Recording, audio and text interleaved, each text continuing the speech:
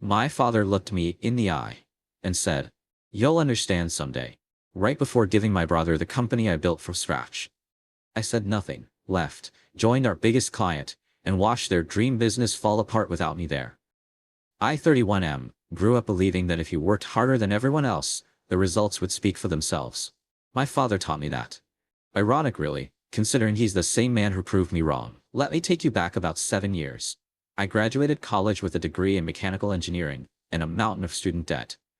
My father owned a small manufacturing company, about 15 employees, a cramped warehouse on the east side of town, and contracts that barely kept the lights on. The parking lot had more potholes than asphalt. The break room smelled like burnt coffee and WD-40. Half the equipment was older than me. He asked me to come work for him, not asked, exactly. He sat me down the week before graduation and told me the family needed me, that the business was struggling, that 2 longtime clients had just dropped their contracts, and that blood should help blood. My mother was standing behind him in the kitchen doorway, wiping her hands on a dish towel, nodding along like they'd rehearsed the whole pitch. I said yes because that's what I've been raised to do. I turned down 2 engineering job offers for it. One of them was paying $65,000 a year in a city where I actually wanted to live. My father offered me 40 and a handshake. My older brother, 2 years ahead of me, had graduated with a business degree and immediately moved to the city. He got a sales job at some tech startup, spent his weekends at rooftop bars, and posted about hustle culture on LinkedIn. He wanted nothing to do with our father's dusty little factory, made that very clear at every family dinner. He'd talk about how manufacturing was dying, how our dad needed to sell before it was too late, how he was building something real in the city. Every Thanksgiving, every Christmas, same speech.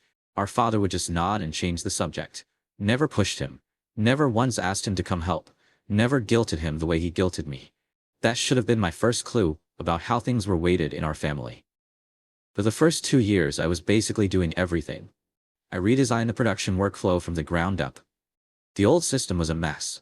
Materials sitting in corners for weeks. Jobs getting lost between departments. Quality control that was basically one guy eyeballing things on a Friday afternoon. I brought in lean manufacturing principles, set up a proper tracking system, and personally negotiated with 3 new suppliers who cut our material costs by nearly 20%. I also started cold calling potential clients. My father hated sales. He built the company on referrals from guys he knew at the union hall 30 years ago. And half of those guys were retired or dead. So I taught myself how to pitch, how to follow up, how to close. I spent nights watching YouTube videos about B2B sales, and mornings applying what I'd learned. I got rejected more times than I can count. But within 18 months, I'd landed our first major contract with a logistics company that needed custom metal fabrication for their fleet maintenance. That one contract alone doubled our revenue overnight. By year 3, I'd grown us from 15 employees to 42. We moved into a bigger facility. I personally oversaw the build-out, worked with the contractors, designed the new floor layout so the workflow matched the lean principles I'd implemented. I was there at 6 in the morning watching concrete get poured and there at midnight running final inspections, before our first production day, in the new space. My father's role had gradually shifted to what I'd call ceremonial. He'd walk the floor in the morning, shake hands, tell stories about the old days. He signed checks. He took clients to lunch occasionally. But the strategy, the operations, the client relationships, the hiring, the firing, the problem solving at 2 a.m., that was all me. I didn't mind. He was my father. I figured one day he'd hand me the keys and that would be that. I actually felt proud that I was building something he could be proud of. Every time he introduced me to someone as his son who was running the show, I felt like all the sacrifice had been worth it. Around year 5, my brother's startup went under. Not his fault entirely, but he'd been there long enough to have some ownership of the failure.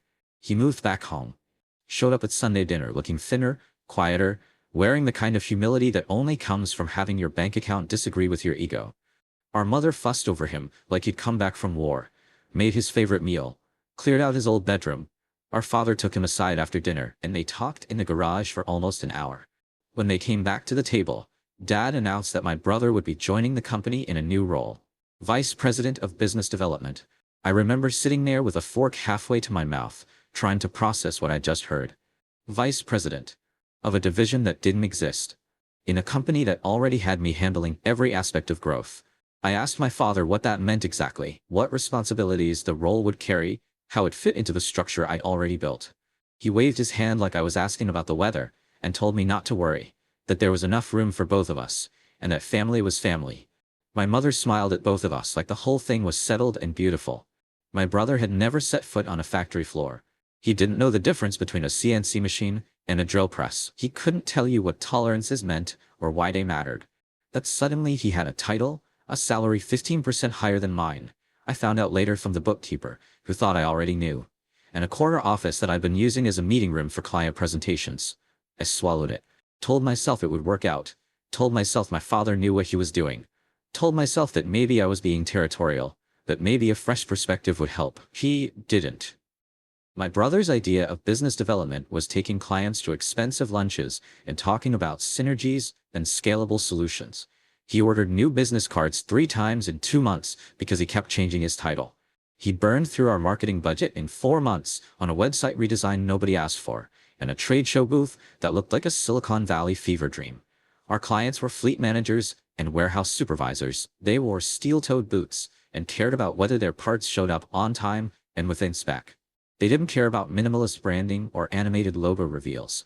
I kept the actual business running, kept landing contracts, kept managing production, kept solving problems at 2 in the morning when a machine went down or a shipment got delayed. I was putting out fires he didn't even know existed. One night, I was at the shop until 3 a.m. because we had a rush order that was going out wrong, and when I drove past his apartment on the way home, his lights were off. Sound asleep. Meanwhile, my brother was telling our father about his vision for the company, pivoting into consulting, offering end-to-end supply chain solutions, basically a bunch of buzzwords stitched together into a PowerPoint deck with stock photos of people in hard hats who had clearly never worn hard hats before. Our father ate it up, every single word. He'd sit in my brother's office for an hour, listening to pitches that had no grounding in reality, nodding like he was hearing gospel, then walk past my desk without stopping. When I raised concerns in our weekly meetings, actual concerns backed by numbers, spreadsheets, client feedback, my father would nod politely, and then say something like how we needed to think bigger, that my brother had fresh ideas, that maybe I was too close to the day-to-day to see the forest for the trees. Fresh ideas. The man couldn't read a balance sheet. He once asked me what gross margin meant. The breaking point came on a Tuesday. I remember because it was the day after I'd closed the biggest deal in company history. A 3-year contract with a national construction firm worth roughly $4 million annually. I'd been working on that deal for 8 months. 8 months of calls, site visits, revisions, technical reviews. I'd flown out to their headquarters twice on my own dime because my father said the travel budget was tight, which was ironic considering my brother had just expensed a $2,000 dinner at a steakhouse for 3 people. I'd customized our entire clothing process to meet their specifications. I'd stayed up entire weekends building detailed proposals. When I called my father to tell him the deal was done, he said that was great, sounded distracted, and then asked if I could come to the office early the next morning for a family meeting. Those 2 words should have told me everything. I showed up at 7. My mother was there, which was unusual. She never came to the shop. My brother was sitting next to my father behind the big desk, my father's desk, the one I'd bought him when we moved to the new facility. There was a lawyer I didn't recognize sitting off to the side with a manila folder. My father started talking about the future, about legacy, about how he'd been thinking long and hard about succession, about what the company needed going forward. He said the business needed a leader who could see the big picture, someone with vision and the ability to take the company in a new direction. Then he said he was officially naming my brother as CEO and transferring majority ownership to him. I sat there. I didn't move. I didn't blink. My mother was watching me with this expression that I can only describe as rehearsed sympathy, like she'd practiced looking sad about it in the mirror that morning. Just that one word, why? He looked me dead in the eye and told me I'd understand someday. That my brother needed this more than I did. That I was strong, that I always land on my feet, but my brother needed the structure, the purpose. He said it like he was doing me a favor, like passing me over was an act of love. My brother didn't say a word during any of this, just sat there looking at his hands, couldn't even look at me. I stood up. I didn't yell, I didn't argue, I didn't flip the table, even though every cell in my body wanted to. I looked at my brother, who was still staring at his hands like they were the most interesting things in the room. I looked at my mother, who had tears forming but wouldn't let them fall. I looked at the lawyer, who had the decency to look uncomfortable. And then I looked at my father one last time. I just told them I understood, and that I wished them the best. My voice didn't crack. I'm proud of that. Then I walked out. Didn't slam the door. Didn't take anything off my desk. left 5 years of my life sitting in that building, and just drove away. I went home, sat in my truck in the driveway, for about 40 minutes staring at nothing. And then I started making phone calls. Update 1. The first call I made was to the construction firm I'd just signed. Not to sabotage anything, I want to be clear about that. I called because their operations director and I had developed a genuine professional relationship over those 8 months. I told him I was leaving the family business and exploring new opportunities. He asked me what happened, and I kept it vague, just said it was a family decision and that I needed a change. He called me back 2 days later and asked if I'd be interested in heading up their in-house fabrication division. They'd been thinking about bringing manufacturing capabilities internal for over a year, but didn't have anyone with the right expertise. The salary was nearly triple what I'd been making. Full benefits, relocation package, equity path. I said yes before he finished the sentence. Here's the thing people don't talk about when it comes to family businesses. The relationships aren't between the company and the client. They're between people. Every single major client I'd brought in over those 5 years had my personal cell number. They called me when there was a problem. They trusted me. Not the company logo, not my father's name on the building. Me. Within my first month at the new job, I got calls from 3 of their biggest clients asking why I'd left. I didn't trash talk.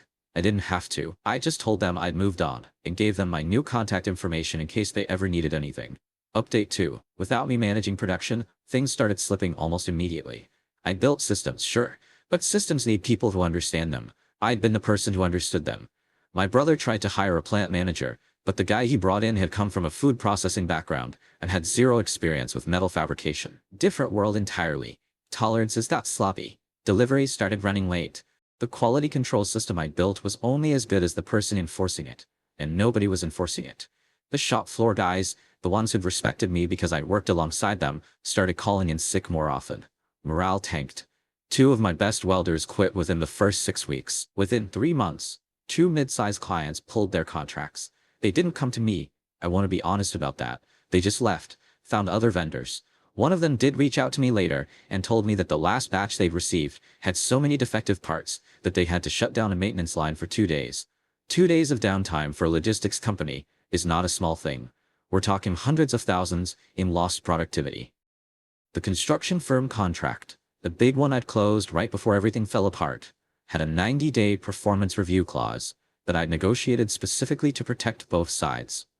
When my old family company failed to meet 3 of the 5 key performance indicators in that first quarter, the construction firm exercised their right to terminate. And because I was now on the other side, I was the one who helped them find a new vendor. Not my father's company. Someone better. I didn't enjoy that moment the way people might think. It felt like watching a house you built with your own hands get condemned because someone left the pipes to freeze. My brother, from what I heard through mutual contacts, was panicking. He tried to call me twice. I didn't pick up. He sent a long text message about how we were still brothers, and how he never wanted any of this to happen this way, how Dad had pressured him into accepting the role, how he knew it should have been me. I read it, sat with it for a while, and then put my phone down and went back to work. A year too late for honesty, in my opinion. My father called once, left a voicemail. His voice sounded tired. He said he wanted to talk, that things had gotten complicated, and that maybe they'd made some mistakes. He didn't apologize. He just said he wanted to talk. I didn't call back. Update 3. 6 months after I left, the company I built was hemorrhaging money. They'd lost roughly 60% of the client base I developed. The new facility, the one I designed and outfitted, was running at maybe 30% capacity. My brother had burned through a line of credit trying to fund his consulting pivot, which had generated exactly 0 revenue. The marketing agency he hired was billing them $12,000 a month for social media posts that got 11 likes each. My mother called me on a Saturday morning. She was crying. She told me the business was in serious trouble and asked if I would consider coming back, even temporarily, just to help stabilize things. She said my father was too proud to ask, but that he needed me. She kept saying the word family over and over, like it was a magic spell that could undo everything. I told her I loved her.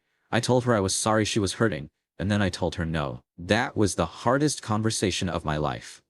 Not because I had any doubt about my decision, but because I could hear in her voice that she genuinely didn't understand why I wouldn't come running back. In her mind, family meant you showed up no matter what, you sacrificed, you swallowed your pride. And maybe she was right about that in some situations. But I'd spent 5 years sacrificing, 5 years swallowing, and the one time it mattered most, My family had looked right through me. I wasn't angry anymore by that point. That's what surprised me. I thought I'd be angry for years, but what I actually felt was something quieter and heavier. I felt free in a way that hurt, like I had been carrying something for so long that putting it down left bruises. About a year after I left, my father sold the company. He got maybe 15 cents on the dollar compared to what it was worth when I was running it. The buyer was a regional competitor who mainly wanted the facility and the equipment. They had no interest in the brand, the name, or whatever vision my brother had been selling. Most of the employees were let go. A few of the guys who'd been with me from the early days reached out to tell me. One of them, a machinist I'd hired personally and trained over 2 years, asked if I had any openings. I did. I brought him on the same week, brought on 2 others after that, good people who deserved better than what happened to them. My brother went back to the city. Last I heard he was doing freelance consulting, which as far as I can tell means he's unemployed, but has a website and a Calendly link. My father retired, though I'm not sure you can call it retirement when it wasn't exactly voluntary. The one I grew up in, the one with the garage where my father first taught me how to use a wrench, and downsized to a 2-bedroom condo near my aunt's place. My mother still calls me every couple of weeks. We talk about normal things. The weather, her garden, what she's cooking, how the dog is doing. We don't talk about the business. We don't talk about my brother. We don't talk about the fact that my father is apparently spending most of his time watching television and not talking to anyone. There's this massive thing sitting in the middle of every conversation that we both just walk around carefully. And honestly, I think that's the best either of us can manage right now. Maybe that'll change someday. Maybe it won't. My father and I haven't spoken in 14 months.